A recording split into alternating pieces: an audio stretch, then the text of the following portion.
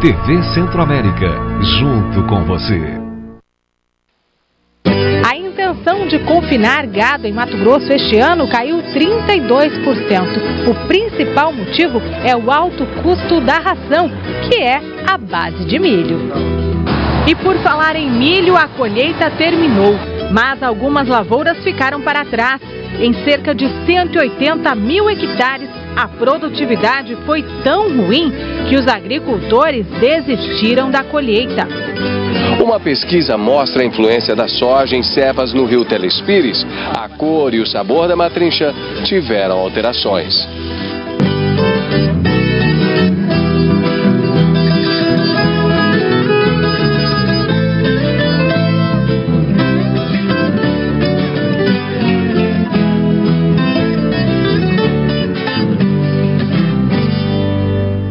Olá, muito bom dia, seja bem-vindo ao MT Rural nesta manhã de domingo, bem cedinho.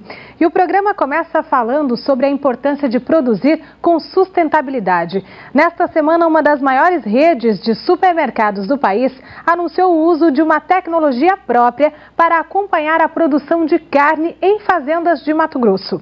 Com isso, a empresa pretende comprar o produto somente de propriedades que atendem às leis ambientais e trabalhistas. Quando o assunto é pecuária, Mato Grosso é destaque nacional. Tem o maior rebanho bovino do país, com 29 milhões de cabeças nos 141 municípios. Isso faz com que os olhos do mundo se voltem para nós. Tem muita gente querendo saber se a nossa produção é sustentável. Uma grande rede de supermercados é a mais nova aliada no combate ao desmatamento. Desenvolveu uma plataforma própria para monitorar toda a cadeia produtiva da carne, desde a origem até o abate. Uma determinada fazenda, a gente traça uma coordenada geográfica. Essa coordenada passa a ter um perímetro. A partir do momento que eu vou comprar carne dessa fazenda que já está com esse perímetro definido, né, ela faz um cruzamento com uma base de dados do PRODES, que é uma base oficial, né, de dados do INPE, e ver se ali não tem nenhuma intersecção em que possa ser uma não conformidade, ou que possa ter, por exemplo, um cruzamento com uma área embargada ou com uma área de desmatamento. Para o setor produtivo, o fato de mais uma grande rede de supermercados implantar regras rígidas para a compra de carne é um sinal claro de que a pecuária sustentável é um caminho sem volta. Quem não respeitar o meio ambiente e as leis trabalhistas vai ter problemas na comercialização. O presidente do Instituto Mato Grossense da Carne diz que os critérios apresentados pelo grupo são uma obrigação de todos os produtores que querem sobreviver no mercado. Diria que não terá mercado em grande parte dos varejistas do Brasil e do mundo. Você cumprir a legislação é obrigação de todo produtor e de todo cidadão. Mato Grosso busca fazer com que seus produtos, os seus commodities, vegetais e animais tenham uma qualidade e tenham uma responsabilidade, né, uma sustentabilidade ambiental, social, econômica. O ministro do Meio Ambiente, José Sarney Filho, participou da reunião. Ele disse que precisa haver conscientização em toda a cadeia produtiva para evitar problemas maiores no futuro e defendeu a criação de uma lei específica para o bioma Pantanal. Eu vi fotos e georreferenciamentos de propriedades em nascentes do Rio Paraguai. Eu vi que a situação está muito crítica. Nós vamos também tentar apressar uma lei específica para o Pantanal, de proteção ao Pantanal, para que ele possa deixar de correr os riscos que está correndo. O Pantanal pode se acabar, sim, se a gente não tomar as providências devidas. E um exemplo de como trabalhar a pecuária de maneira sustentável vem lá de Tangará da Serra, onde uma fazenda recebeu uma certificação internacional depois de adotar e seguir rigorosamente vários critérios.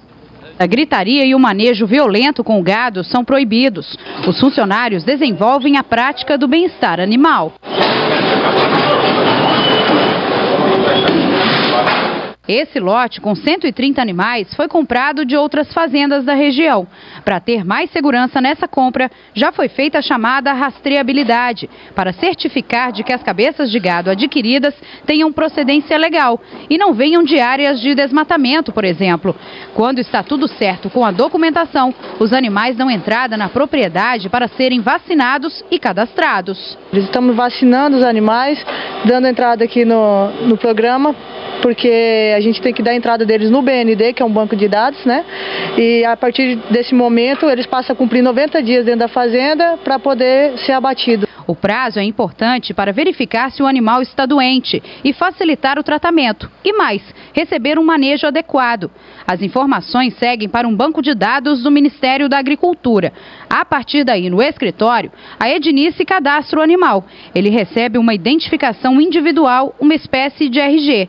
Isso permite um controle maior do gado, desde a entrada dele na fazenda até a saída para o frigorífico. É fechado o lote do pecuarista, daí é onde que ele recebe um brinco. Nesse brinco é cadastrado todos os dados de origem dele. A fazenda bateu no ano passado 28 mil cabeças de gado e a previsão para este ano é que 34 mil animais sejam abatidos. A carne vai servir para abastecer o mercado europeu.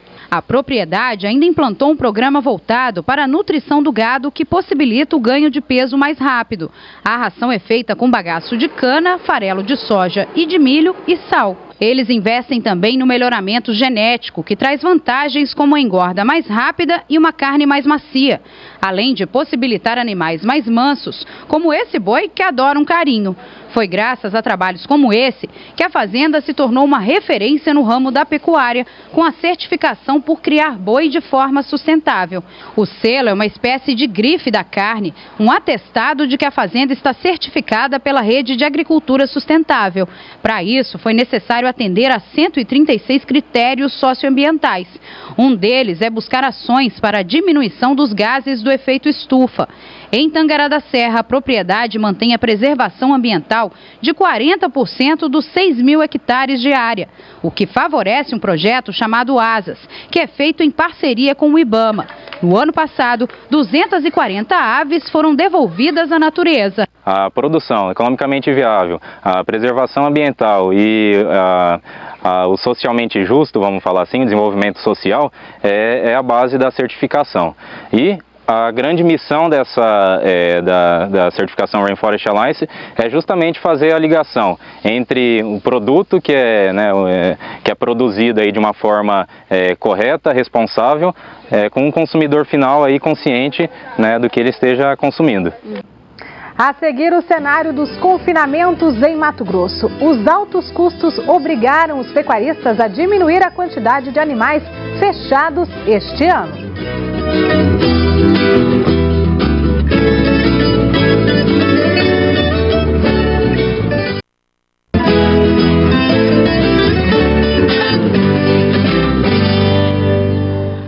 Estamos de volta agora para falar de confinamento de gado. O número de animais confinados este ano deve cair mais de 30% em relação ao que se esperava no primeiro levantamento, feito em abril.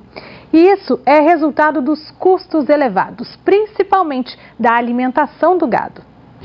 No ano passado, este confinamento, que tem capacidade para até 2 mil animais, ficou lotado durante quase 7 meses, de maio até o começo de dezembro. Este ano, somente agora, no fim de agosto, é que os primeiros bezerros foram colocados no espaço. Os animais vão ficar no local por cerca de 90 dias. E segundo o gerente da fazenda, eles só foram confinados porque o pasto está muito seco. Mudou o tempo, ficou muito frio, fez mais frio do que o ano passado, então nossos pastos secaram muito, então a gente não vai ter o ganho que já está na nossa meta, um ganho mínimo, então para a gente ter esse ganho a gente vai ter que fechar de novo. E aí não fica mais caro tratando na ração? Vai aumentar no ano de área de R$1,80, você vai passar para R$3. Este ano a propriedade não vai confinar animais de terminação. Cerca de 550 machos foram vendidos antes, porque os valores pagos pelo boi magro compensavam. A dieta esse ano ela está em torno de R$20 a R$30 mais caro o custo da arroba produzida em relação ao ano passado. Temos que analisar também o custo do ágio pago pelo boi. Na época que foi para se iniciar o confinamento, que era junho, o boi magro estava valendo em torno de R$165 a R$175 a arroba.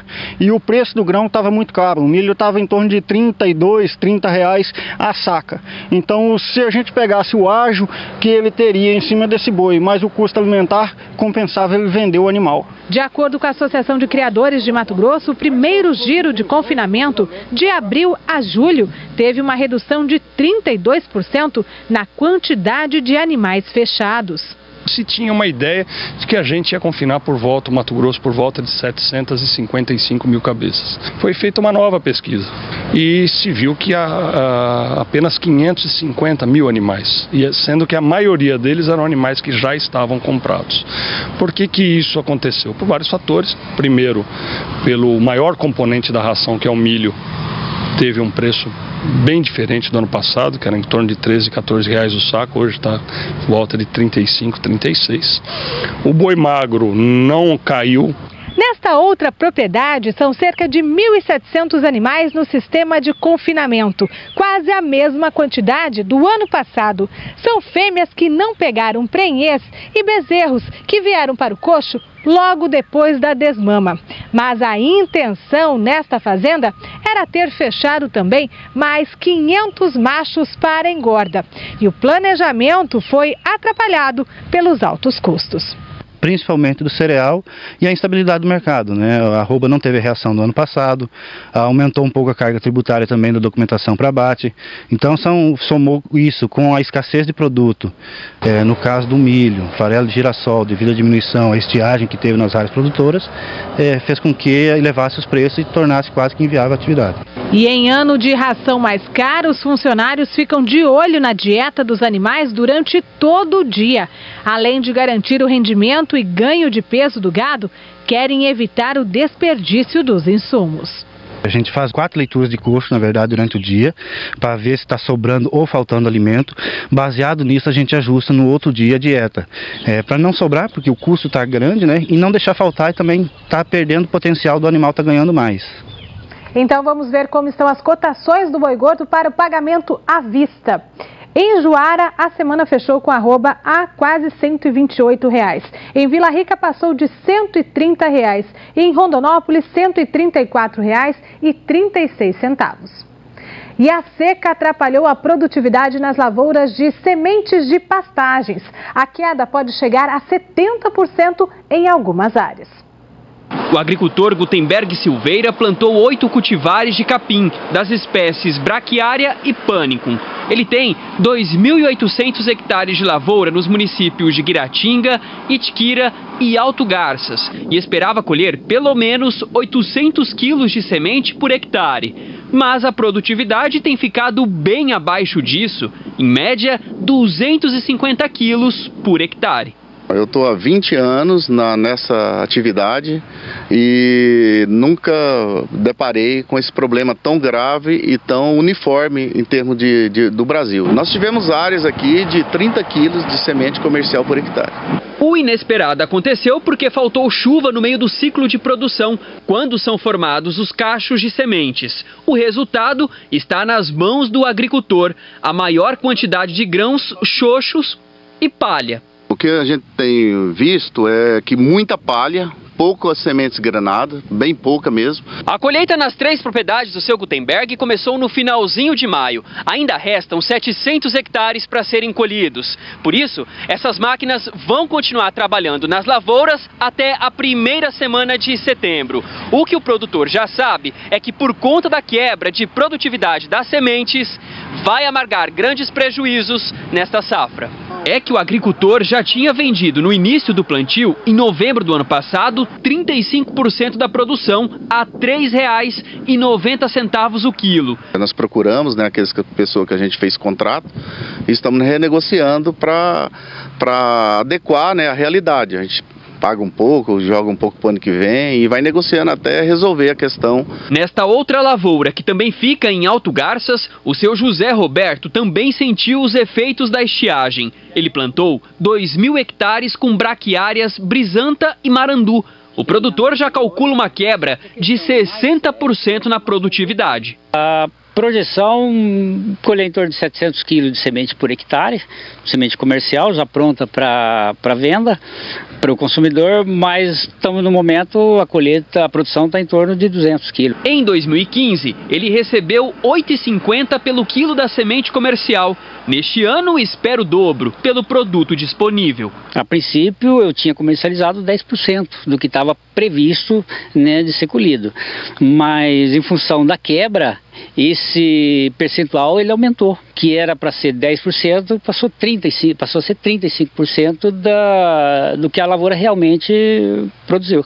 Para essa safra, Mato Grosso reduziu em 20% a área plantada com sementes de capim, de 18 mil hectares para 15 mil hectares. A expectativa era colher entre 10 mil e 12 mil toneladas, mas por conta da quebra, a produção não deve passar das 4 mil toneladas, segundo o vice-presidente da Aprosmate, a Associação dos Produtores de Sementes do Estado de Mato Grosso.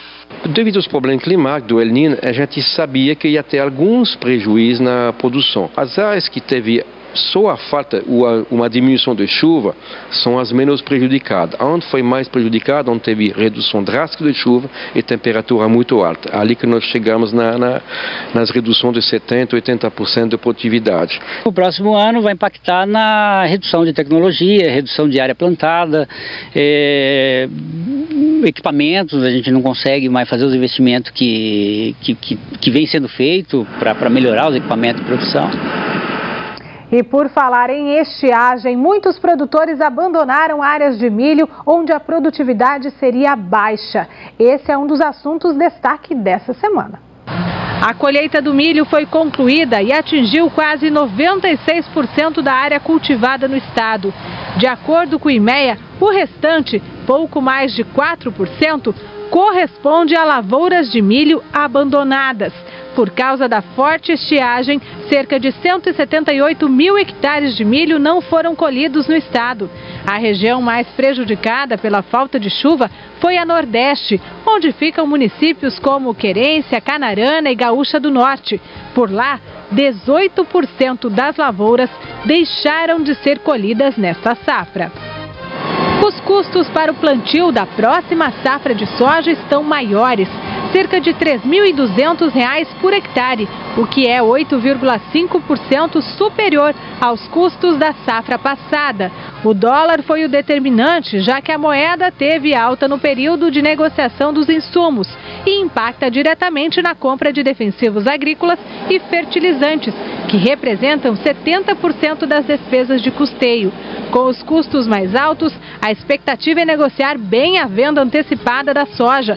Até o momento, cerca de 26% da safra já foram vendidos. E no próximo bloco, o nosso assunto são os peixes que se alimentam de cevas com soja e tem mudanças na qualidade da carne. A gente explica os detalhes daqui a pouco.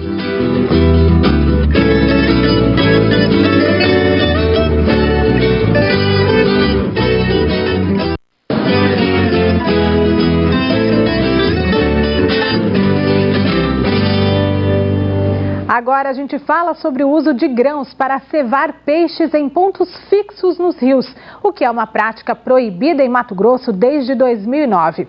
Mesmo assim, a gente ainda vê muitas cevas pelos rios e a consequência dessa oferta de grãos, principalmente de soja, para os peixes, foi analisada por pesquisadoras da UFMT em Sinop. Elas identificaram mudanças na qualidade da carne da matrinchã.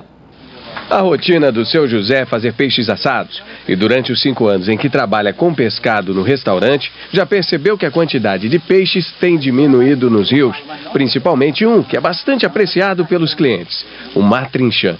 Vendia uma média de umas 70 por semana. Hoje em dia você chega a vender quantas por semana? Eu vendo a média de 5, às vezes 6, às vezes não vende nenhuma. A carne do matrinchã é rosada e tem um sabor diferenciado de outros peixes. Mas nos últimos anos, essas duas pesquisadoras da Universidade Federal de Mato Grosso observaram mudanças nessas características. Foram analisados 104 exemplares de matrinchã de 5 rios da região norte de Mato Grosso. A maioria foi capturada no Rio Cristalino, no município de Novo Mundo, quase na divisa com o estado do Pará. Por lá, não existe o uso de cevas, Já os peixes coletados no Rio Telespires, no município de Sinop, apresentaram as maiores mudanças. Várias pessoas que trabalham no rio como pescadores e até a própria população me procurava aqui na universidade, na UFMT, relatando o problema do matrinchã, né, que vinha das cevas, que comia soja, que tinha uma cor e um sabor diferente. Falavam que tinha um gosto mais de gordura, que era amarelada essa carne, que o matrinchã, que era capturado longe das regiões com cevas de soja, ele tinha um sabor diferenciado, eles falavam até que era mais gostoso, e apresentava uma coloração também diferenciada, uma coloração mais pro laranja, mais tom de salmão. A pesquisa apontou que as alterações estão relacionadas aos grãos usados nas cevas.